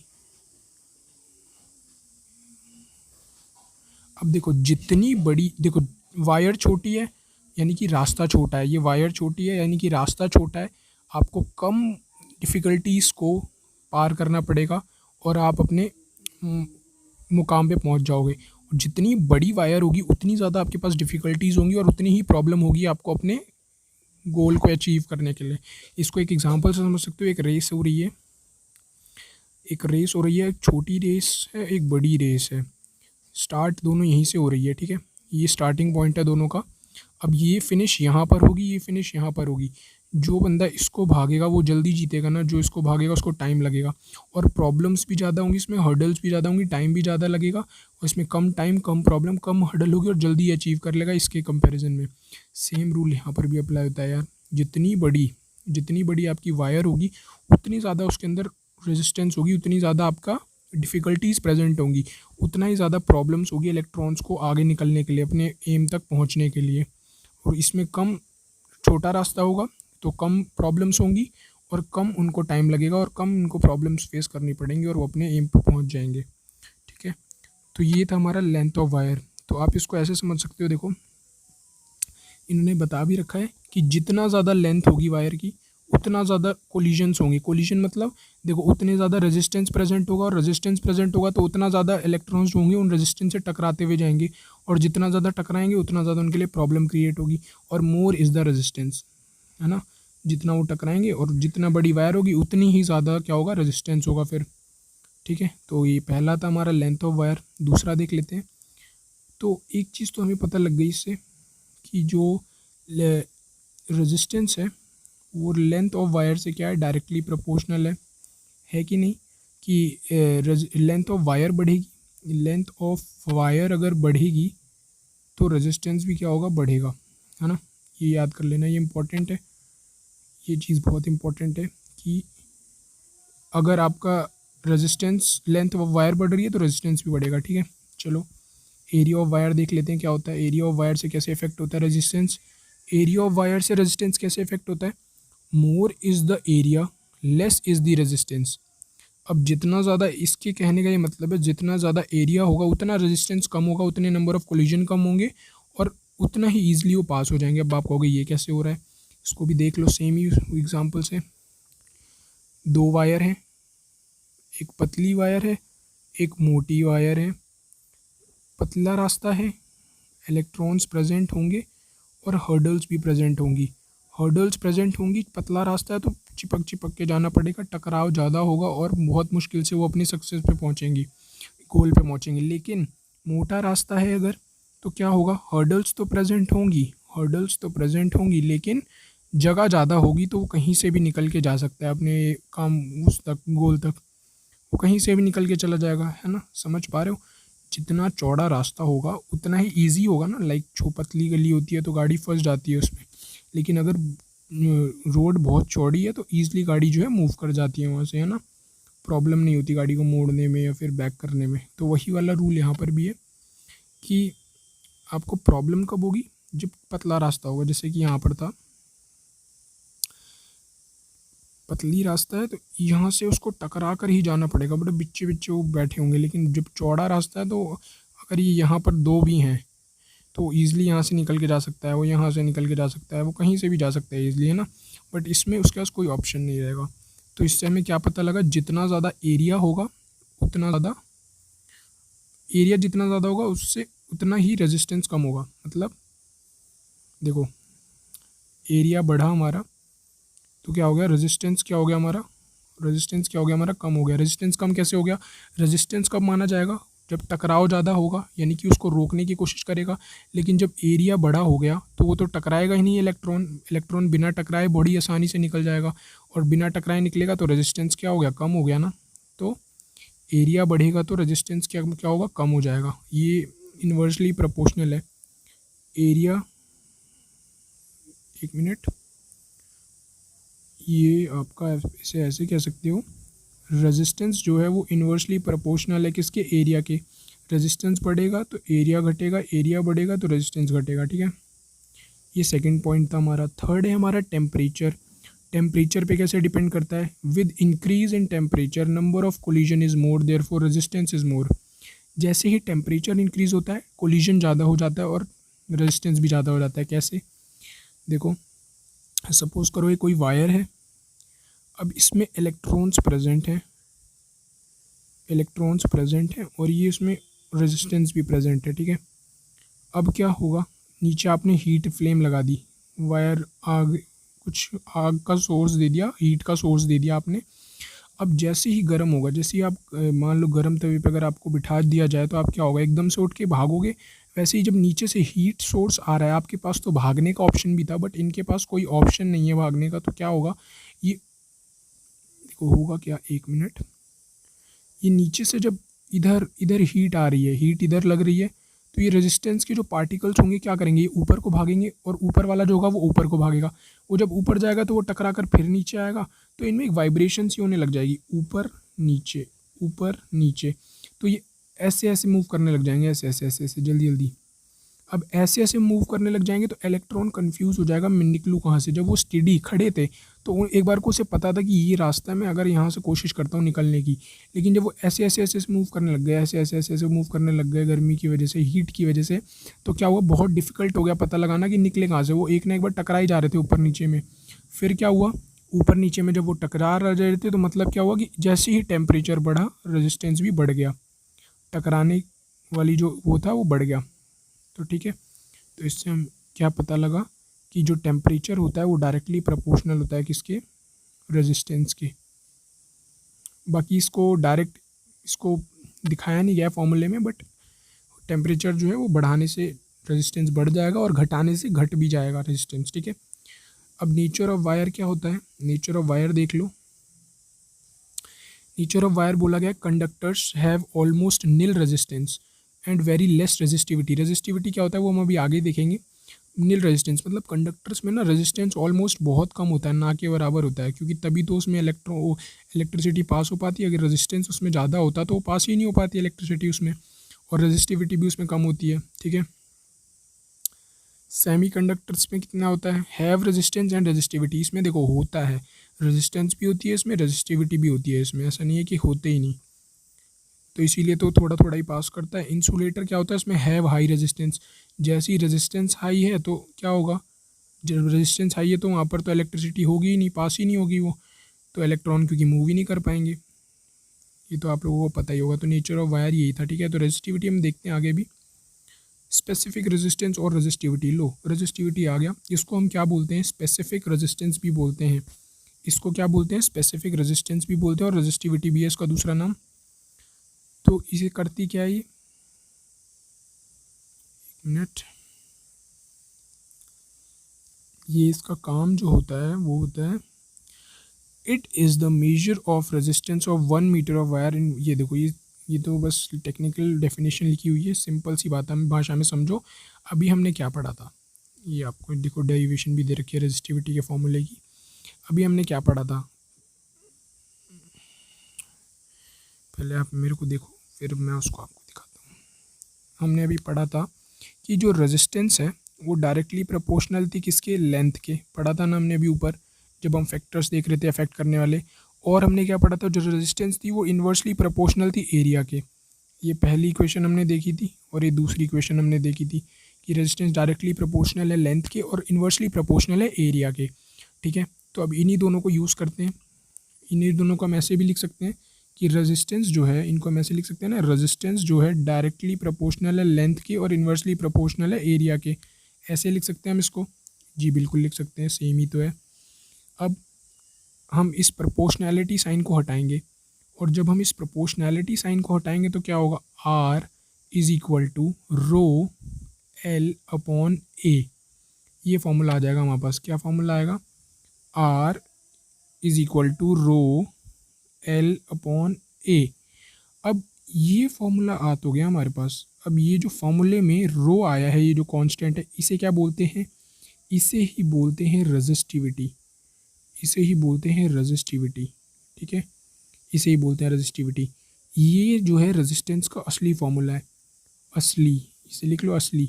अब आप कहोगे वो जो हमने पढ़ा था V is equal to I R, उसमें जो रेजिस्टेंस का निकला था वो नकली है क्या, वो उसका खुद का नहीं है। बट उसका खुद का नहीं है। हालांकि पेपर में आपको एग्ज़ाम में दोनों से क्वेश्चन सॉल्व करने के लिए आ सकते हैं, लेकिन जो असली में ये इसका असली फार्मूला है, ये इसका खुद का फार्मूला नहीं है V is equal to I R वाला। ये तो ओम्स लॉ ने दिया है इसको, बट ये R is equal to rho L upon है, ये खुद का फार्मूला है इसका। ठीक है, तो ये जो रो था इसमें यही रेजिस्टिविटी थी। ठीक है, चलो आगे देखते हैं। यहाँ पर भी वही करा गया है, देखो यहाँ इसमें भी वही करा गया। R जो है डायरेक्टली प्रोपोर्शनल है लेंथ के, इन्वर्सली प्रोपोर्शनल है एरिया के। एक साथ रख दिया, प्रोपोर्शनैलिटी साइन हटाया तो रो आ गया, वहाँ पर रो आ गया। तो ये अब इसकी यूनिट को कैसे निकाला गया है, देखो यहाँ पर देखो रेजिस्टेंस क्या निकाला था हमने, resistance is equal to rho L upon A. Rho का क्या होता है यूनिट, रो का यूनिट रेजिस्टेंस का यूनिट क्या होता है, ओम। रो का तो रो ही है। लेंथ क्या होता है हमारा, मीटर। और एरिया का क्या होता है, मीटर स्क्वायर। मीटर स्क्वायर से मीटर कट गया और ये मीटर उधर चला गया तो ओम मीटर। ये देखो ओम मीटर आ गया ना हमारा, ओम मीटर यहाँ पर भी निकाला गया है। रो की क्या यूनिट होती है, ओम मीटर। ये रो की यूनिट होती है रेजिस्टिविटी की। ठीक है, यहाँ पर लिखा भी हुआ है। तो ये इतना ही था, आप इतना समझ लो काफ़ी है रेजिस्टिविटी के लिए। इसे ही बोलते हैं स्पेसिफिक रेजिस्टेंस बोलते हैं, इसे रेजिस्टिविटी भी बोलते हैं। हमारा जो नेक्स्ट टॉपिक है वो है combination of resistance series and parallel. जो कॉम्बिनेशन होता है रेजिस्टेंस का वो सीरीज़ और पैरेलल में हो सकता है। तो देखो सबसे पहले हम देखेंगे कि अगर रेजिस्टेंस को हम सीरीज़ में लगाएंगे कॉम्बिनेशन में तो क्या होगा। चलो देखते हैं पहले। तो पहला है हमारा, in the series the current remain constant and potential difference changes. जब भी हम रेजिस्टेंस को सीरीज़ में लगाते हैं तो जो हमारा करंट होता है वो हमेशा कांस्टेंट रहता है, ऐसा हमें बताया जा रहा है। और जो पोटेंशियल डिफरेंस होता है वो चेंज होता है। चलो देखते हैं इसको। ये हमारा डायग्राम दे रखा है, इसमें देखते हैं। देखो यार, सबसे पहली बात आप एक चीज़ जान लो कि करंट चेंज कब होता है, जैसे वो इस पाथ पर आ रहा है और जब वो उसका पाथ डिवाइड हो जाएगा, मतलब वो सीधे रास्ते आ रहा था और उसका जो रास्ते 3 हिस्सों में डिवाइड हो गया, कितने भी हिस्सों में डिवाइड हो गए, अगर 2, 3, 4 एक्सेट्रा, तो उस टाइम पर क्या होगा, वो करंट चेंज हो जाएगा, वो करंट डिवाइड हो जाएगा। अगर वो 10 का करंट सीधे रास्ते पर आ रहा था तो 2 में अगर वो डिवाइड हुआ, 2 में अगर डिवाइड हुआ तो 5 में वो डिवाइड हो जाएगा। तो इसका मतलब क्या हुआ, करंट कांस्टेंट नहीं रहेगा फिर। तो चलो देखते हैं। देखो ये है करंट निकला, ये हमारा करंट निकला। देखो हम जा रहे हैं, सीधे रास्ते जा रहे हैं, रास्ता तो चेंज ही नहीं हुआ हमारा। और जब रास्ता चेंज नहीं हुआ तो करंट चेंज नहीं होगा हमारा, यानी कि करंट जो है हमारा वो क्या है, कांस्टेंट है। करंट चेंज कब होता, जब रास्ता चेंज होता, डिवाइड होता, चेंज होता। लेकिन ना रास्ता चेंज हुआ ना डिवाइड हुआ, तो इसका मतलब क्या है, करंट जो है हमारा वो कांस्टेंट है। ठीक है, और पोटेंशियल डिफरेंस यहाँ पर बोला गया है। पोटेंशियल डिफरेंस का सोर्स ये है, that is battery. Potential difference बोला गया है वो चेंज हो रहा है। कैसे चेंज हो रहा है, देखो अगर पोटेंशियल डिफरेंस इधर से जाता है तो पोटेंशियल डिफरेंस सबसे पहले इस वाले रेजिस्टेंस से मिलेगा, या अगर वो इधर से भी जाता है तो वो इस वाले रेजिस्टेंस से मिलेगा। तो होता क्या है यार पोटेंशियल डिफरेंस के केस में, पोटेंशियल, एक मिनट थोड़ा सा नीचे हो गया। पोटेंशियल डिफरेंस के केस में यहाँ पर थे हम। पोटेंशियल डिफरेंस के केस में होता क्या है देख लेते हैं एक बार। पोटेंशियल डिफरेंस का केस वही वाला केस होता है कि देखो मान लो कुछ मिल रहा है, लोग खड़े हैं, जो सबसे आगे हुआ फर्स्ट कम फर्स्ट को वाली बात हो जाएगी। अगर जैसे टोटल 10 वोल्ट का करंट वोल्टेज आ रहा है ना, अगर टोटल 10 वोल्ट आ रहा है तो जो सबसे पहले आएगा वो सबसे ज़्यादा लेके भाग जाएगा। मतलब टोटल 4 थे मान लो, अगर ये सबसे पहले आया तो ये 7 वोल्ट अगर लेके चला गया तो बाकी को 3 को 1-1 वोल्ट ही मिलेगा, और जब इन्हें 1-1 वोल्ट ही मिलेगा तब तो ये इक्वल हुआ ही नहीं, ये तो डिफरेंशिएशन हो गया ना इनके अंदर, इक्वालिटी तो रही नहीं। और जब इक्वालिटी नहीं रही तो इसका मतलब क्या हुआ कि पोटेंशियल डिफरेंस जो था वो चेंज हुआ। मतलब देखो, जब ये पोटेंशियल डिफरेंस इधर से गया मान लो, तो ये इसको जितना लेना होगा वो उतना ले लेगा, बाकी बचा हुआ इसके लिए छोड़ देगा, फिर इसको जितना लेना होगा वो इतना ले लेगा, इसके लिए छोड़ देगा। तो इक्वल थोड़ी ना मिल रहा है इनको, तो अलग अलग पोटेंशियल डिफरेंस मिल रहा है ना, इसीलिए यहाँ पर लिखा है कि जो हमारा करंट होता है वो कांस्टेंट होता है और जो हमारा पोटेंशियल डिफरेंस होता है चेंज होता है। किस केस में? सीरीज़ के केस में। चलो रेजिस्टेंस इन पैरेलल के केस में देख लेते हैं क्या होता है। पैरेलल के केस में क्या होता है, पोटेंशियल डिफरेंस चेंज नहीं होता, वो कांस्टेंट रहता है। पोटेंशियल डिफरेंस रहता है हमारा कांस्टेंट, और जो करंट होता है वो होता है हमारा चेंज। करंट क्या होता है हमारा, वो चेंज होता है। कैसे देख लेते हैं अभी, ये तो सिर्फ हमें इन्होंने बताया, ये भी हम देख लेते हैं। ये हमें डायग्राम दे रखा है, देखो इस केस में ये करंट गया, इधर से पोटेंशियल डिफरेंस गया, पोटेंशियल डिफरेंस जब जाएगा तो वो ऐसे, देखो ये गया तो लेकिन वो ऐसे डिवाइड हो रहा है, ऐसे जाने का तब रेजिस्टेंस लगा हुआ है। तो इसका मतलब क्या, अगर मान लो 15 वोल्ट की अगर वो आ रही थी, 15 वोल्ट की अगर पोटेंशियल डिफरेंस आ रहा था, तो क्या होगा, ये जब रास्ता डिवाइड हुआ ना तो उसी के साथ साथ वो भी वोल्टेज भी डिवाइड हो जाएगी। 5 वोल्ट 5 वोल्ट 5 वोल्ट, इक्वल चला गया कि नहीं चला गया? जब इक्वल चला जाएगा तो हर एक रेजिस्टेंस को बराबर का वोल्टेज मिला, इसका मतलब क्या हुआ, पोटेंशियल डिफरेंस कांस्टेंट है। और करंट चेंज कैसे हो रहा है, मैंने आपको बताया था, पाथ चेंज होगा तो करंट भी चेंज होगा। तो जैसे यहाँ से मान लो करंट गया, तो यहाँ हम देखेंगे कि पाथ तो चेंज हो गया ना, पाथ ऐसे गया फिर 3 हिस्सों में डिवाइड हो गया, तो यानी कि करंट जो है चेंज होगा। वो पोटेंशियल डिफरेंस कांस्टेंट रहा लेकिन पाथ जो था चेंज होने की वजह से करंट जो रहा वो कांस्टेंट नहीं रह पाया। ठीक है, चलो अब हमें नीचे दे रखा है, हमें एक्सप्रेशन डिराइव करनी है जब रेजिस्टेंस हमारे सीरीज़ में कनेक्टेड हो। सिंपल सी बात ये है, हमें इसमें सीरीज़ का फॉर्मूला डिराइव करना है। तो यार मैं आपको एक सिंपल सी चीज़ बता देता हूँ, जब भी हमें ऐसी कोई डेरिवेशन करनी हो, जब सीरीज़ में कनेक्टेड है तो जो भी चीज़ चेंज हो रही होती है ना, उसी को फॉर्मूले को लेकर हम उसको डिराइव कर देते हैं। अब आप कहोगे ये क्या बोल गए आप, देखो इसमें जैसे हमारा सीरीज़ में कनेक्टेड है, यहाँ बोला गया कनेक्टेड इन सीरीज़, और हमें इक्विवेलेंट रेजिस्टेंस निकालना है, मतलब फॉर्मूला निकालना है सीरीज़ का। जब सीरीज़ में कनेक्ट होता है तो सीरीज़ में जब कनेक्ट कर रहे थे हमें क्या चेंज हो रहा था, हमारा पोटेंशियल डिफरेंस चेंज हो रहा था, करंट कॉन्स्टेंट था। करंट क्या था हमारा, कॉन्स्टेंट था, कांस्टेंट, लेकिन पोटेंशियल डिफरेंस था जो वो फ्लक्चुएट हो रहा था, चेंज हो रहा था वो। यानी पोटेंशियल डिफरेंस चेंज हो रहा है तो पोटेंशियल डिफरेंस को उठा लो। पोटेंशियल डिफरेंस को क्या ले लिया हमने, V is equal to V1 plus V2 plus V3। ठीक है, अब इसको हमने ये ले लिया, तो यहाँ देखते हैं, आ जाओ एक बार हमने इसको ले लिया V इक्विवेलेंट, जो चेंज होगा उसी को उठा लेना है, V1 plus V2 plus V3। अब हमने पढ़ा था V is equal to IR होता है, ओम्स लॉ में पढ़ा था कि नहीं पढ़ा था? ठीक है, अब इसी का यूज़ करेंगे, V3। ठीक है, V की जगह क्या लिखोगे, IR इक्विवेलेंट। अब V को क्या कर दोगे, IR1 में चेंज कर दो, प्लस V2 को क्या करोगे, IR2 में चेंज कर दो, V3 को IR3 में चेंज कर दो। ठीक है, अब IR इक्विवेलेंट है। अब यहाँ देखो R1 R2 R3 तो अलग अलग है लेकिन I कांस्टेंट है, I सेम है, तो I को बाहर कॉमन ले लो, अंदर R1 plus R2 plus R3 को रहने दो।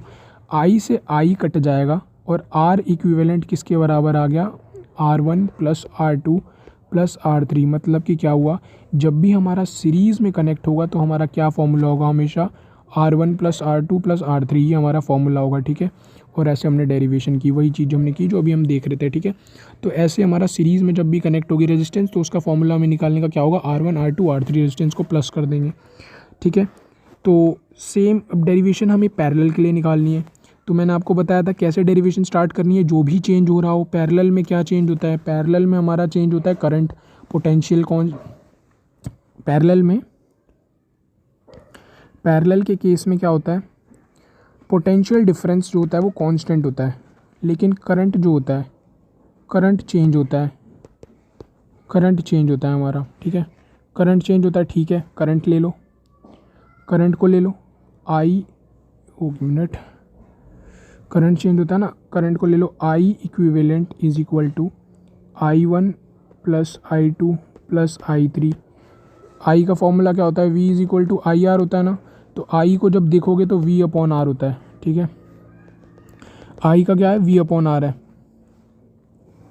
तो V upon R equivalent is equal to V upon R1 plus, एक मिनट, V upon R1 plus V upon R2 plus V upon R3, ठीक है। R1 R2 R3 अलग है लेकिन V कांस्टेंट है, तो V R इक्विवेलेंट, V को कॉमन ले लो अंदर, 1 upon R1 plus 1 upon R2 plus 1 upon R3, ठीक है। V से V कट गया, क्या फॉर्मूला आ गया आपका, 1 upon R equivalent is equal to 1 upon R1 plus 1 upon R2 plus upon R3, ये आपका पैरेलल का फॉर्मूला आ गया। यही चीज़ हमने यहाँ पर भी कर रखी है। देखो करंट चेंज हो रहा था, करंट ले लिया, उसको सब्स्टिट्यूट करा, काटा, और ये हमारा फॉर्मूला आ गया पैरेलल का, ठीक है। सेम वैसे ही करा हमने जैसे ऊपर करा था, बस थोड़ा सा चेंज था। तो ये होता है। देखो जूल्स लॉ ऑफ हीटिंग देख लेते हैं। जूल्स लॉ ऑफ हीटिंग है क्या, हम पढ़ क्यों रहे हैं इसको। जूल्स लॉ ऑफ हीटिंग का मतलब ये है, जूल्स ने क्या देखा था, जब भी कोई कंडक्टर है अगर उसके अंदर जो इलेक्ट्रॉन्स हैं, फ्री मोबाइल इलेक्ट्रॉन्स, जब भी वो टकरा, और उसके अंदर फिर रेजिस्टेंस भी होगा, और रेजिस्टेंस होगा, जब वो इलेक्ट्रॉन रेजिस्टेंस से टकराएगा तो टकराने से क्या होगा, जब भी वो एक दूसरे से टकराएंगे ना, एक हीट रिलीज़ होती है। उसी को जूल ने क्या बोला था, जूल्स लॉ ऑफ हीटिंग। उसी से जूल्स ने अपना लॉ दे दिया था, जिसको उन्होंने नाम रख दिया था जूल्स लॉ ऑफ हीटिंग, ठीक है। देखते हैं, in a conductor heat flowing through it is directly proportional to square of the current. चलो इसको लिख लेते हैं। हीट किसके डायरेक्टली प्रोपोर्शनल है, स्क्वायर ऑफ करंट के, और किसके प्रोपोर्शनल है, रेजिस्टेंस के, और किसके प्रोपोर्शनल है, टाइम पीरियड के। मतलब वो कह रहे हैं I H is directly proportional to I square R T, वो ये कहना चाहते हैं, ठीक है। देखो वही नीचे भी चीज़ की गई है, आई स्क्वायर के डायरेक्टली प्रोपोर्शनल, आर के डायरेक्टली प्रोपोर्शनल, टी के डायरेक्टली प्रोपोर्शनल, तो फाइनली बन गया H is directly proportional to I square R T. उन्होंने जब प्रोपोर्शनैलिटी हटाई तो के आ गया। उन्होंने देखा कि के का ना कुछ ज़्यादा यूज़ नहीं था यहाँ पर, तो उन्होंने के की वैल्यू को 1 रख दिया और के को यहाँ से हटा दिया, तो ये बन गया H is equal to I square R T, ये फॉर्मूला बन गया, ठीक है। अब आप कह रहे हो कि ये साइड में क्या दे रखा है, राइट हैंड साइड में किस चीज़ की डेरिवेशन है, तो ये इन्होंने डिराइव करके दिखाया है मैथमेटिकली कैसे आया ये फॉर्मूला, ठीक है। तो ये भी देख लेते हैं, कैसे आया। यहाँ पर देखो आपको जैसे v is equal to I R दे रखा है, I is equal to Q upon T, V is equal to W upon T, ठीक है। देखते हैं इसको, v is equal to I R, I is equal to Q upon T, और आपको v is equal to W upon Q ये दे रखा है। ये इन चीज़ को हम यूज़ करेंगे रिप्लेस करने के लिए, ठीक है। एक minute, v is equal to I R, I is equal to Q upon T, V is equal to W upon Q, ठीक है।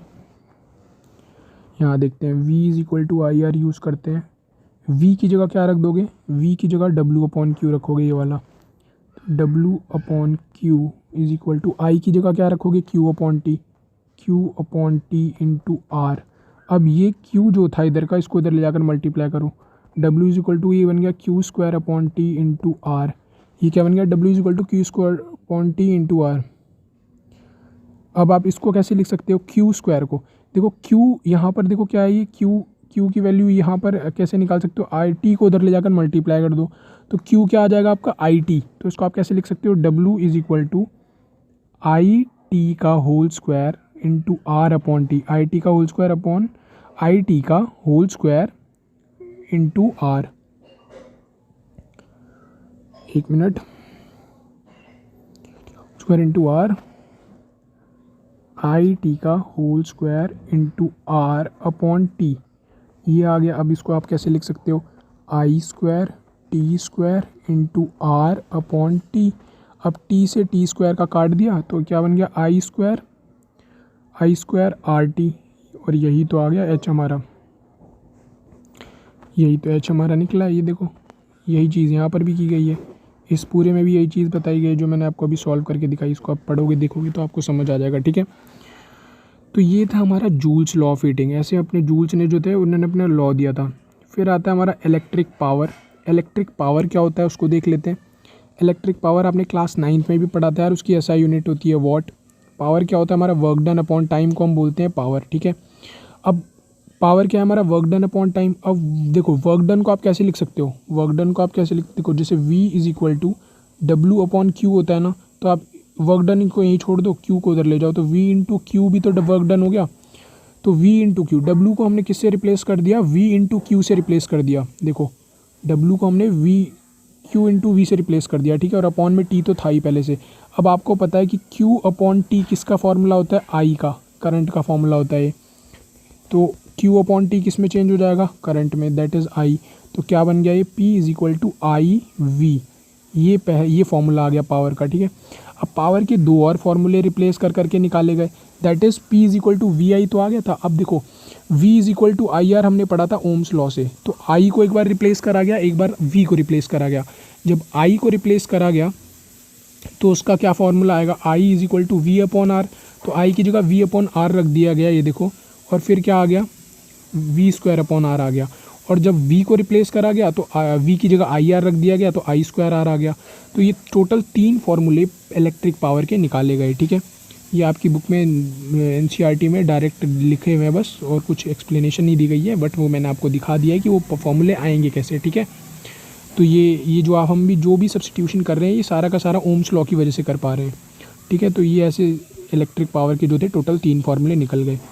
अगला क्या है, अगला और लास्ट टॉपिक है आपका बुक में भी, और हमारा इस वीडियो का भी लास्ट टॉपिक है, और चैप्टर का भी लास्ट टॉपिक है ये, कमर्शियल यूनिट ऑफ एनर्जी। तो एनर्जी की कमर्शियल यूनिट क्या होती है, SI यूनिट क्या होती है, पहले जूल होती है, CGS यूनिट अर्ज होती है, और हीट कैलोरी होती है, ठीक है। तो कमर्शियल यूनिट किसको दिया गया, कमर्शियल यूनिट किलोवाट पावर को दिया गया। अब किलोवाट पावर कैसे आई वो देख लेते हैं। एनर्जी क्या होती है, P इंटू टी होती है। एनर्जी क्या होती है, एनर्जी क्या होती है हमारी, एनर्जी होती है पावर इंटू टाइम। अब पावर की क्या ऐसा यूनिट होती है, वॉट, और एनर्जी की क्या ऐसा यूनिट होती है, सेकेंड। अब वॉट सेकेंड को जब देखा गया ना, वॉट और सेकेंड को, तो ये बहुत छोटी यूनिट थी। लेकिन जब बड़ी बड़ी यूनिट्स आती ना, जब बड़ी बड़ी वैल्यूज़ आ रही थी, तो बहुत बड़ी वैल्यूज़ आ रही थी, इनको ये हैंडल नहीं कर पा रही थी। तो इसी के लिए बड़ी यूनिट को इंट्रोड्यूस करा गया। वॉट को किस में कन्वर्ट कर दिया गया, किलो वॉट में, और सेकेंड को चेंज कर दिया गया आर में। सेकेंड को चेंज कर दिया गया आर में। तो वही चीज़ यहाँ पर दिखाई गई है, देखो कि वॉट को किलोवाट में और सेकंड को किलो आर में। तो यही यहाँ से हमारा क्या आ गया, हमारा कमर्शियल यूनिट आ गई थी किसकी, एनर्जी की, ठीक है। और ये देखो आपकी बुक में एक ये सेक्शन दे रखा होगा, मेरे को लगा शायद आप समझ नहीं पाओगे, इसलिए मैंने इसमें दिखा दिया। 1 किलोवाट आवर को कैसे चेंज करा गया, देखो 1 किलोवाट में 1000 वाट होते हैं, वो यहाँ दिखाया गया है, और 1 आवर में 3600 सेकेंड होते हैं। 3600 कैसे, देखो 1 मिनट में 60 सेकेंड, तो 60 यहाँ से आ गया, एक 60 यहाँ से आ गया, ठीक है। दूसरा क्या है, 160 तो आ गया। दूसरा क्या है, 1 आवर में 60 मिनट होते हैं, तो दूसरा 60 यहाँ से आ गया। तो जब 60 इंटू 60 करोगे तो 36 आ जाएगा आपका, 36 सेकेंड, ठीक है। तो 1000 को 36 सेकेंड से मल्टीप्लाई करोगे तो ये आ जाएगा। अब आप जब मल्टीप्लाई करोगे तो आपका कुछ ऐसा आंसर आएगा 36,000,000। लेकिन अब आप कहोगे हमारा तो ये आ रहा है, और यहाँ तो ये कैसे दे रखा है, ये यार इसको स्टैंडर्ड यूनिट में कन्वर्ट कर दिया गया। स्टैंडर्ड यूनिट में कैसे कन्वर्ट करते हैं ये आपको 8th क्लास में सिखाया गया होगा। तो वैसे ही इसको स्टैंडर्ड यूनिट में जब आप कन्वर्ट करोगे तो आपका 3.6 इंटू 10 की पावर 6 जूल आंसर आ जाएगा, ठीक है। तो ऐसे स्टैंडर्ड यूनिट के बारे में स्टैंडर्ड क्या नाम है, कमर्शियल यूनिट ऑफ एनर्जी, हमारा ये टॉपिक जो है ख़त्म होता है। तो इसी के साथ हमारा ये चैप्टर ख़त्म होता है यार, क्लास 10th का इलेक्ट्रिसिटी चैप्टर। इस 1 शॉर्ट वीडियो में हमने पूरा का पूरा चैप्टर कवर कर लिया है। इसको अगर आप अच्छे से कर लोगे तो आप अच्छे से अच्छे मार्क्स स्कोर कर सकते हो। बहुत ही ज़्यादा अच्छे से समझाने की कोशिश की गई थी यार इस वीडियो में। तो यार इसी के साथ हमारी ये वीडियो ख़त्म होती है। Thank you so much. अगर आपने हमारी ये वीडियो देखी, तो अगर आपने लास्ट तक ये वीडियो देखी है तो वीडियो को लाइक करके ज़रूर जाइएगा यार, इस वीडियो को लाइक करके ज़रूर जाइएगा। और लाइक तो बना नहीं, बट आप लाइक करके जाइएगा। और अगर कोई भी डाउट होता है आपका तो आप कमेंट सेक्शन में आकर कमेंट करके पूछ सकते हैं। और अगर आप चैनल पर नए हैं तो चैनल को आप सब्सक्राइब भी कर सकते हैं, और बेल आइकन प्रेस करके दबा सकते हैं, ताकि आपको आगे आने वाली वीडियोस की नोटिफिकेशन सबसे पहले मिल जाए। और यार इसका जो नेक्स्ट चैप्टर है that is magnetic effect of electric current, हम उसको जल्दी लेके आने वाले हैं, तो उसके लिए आप वेट कीजिए। Stay tuned.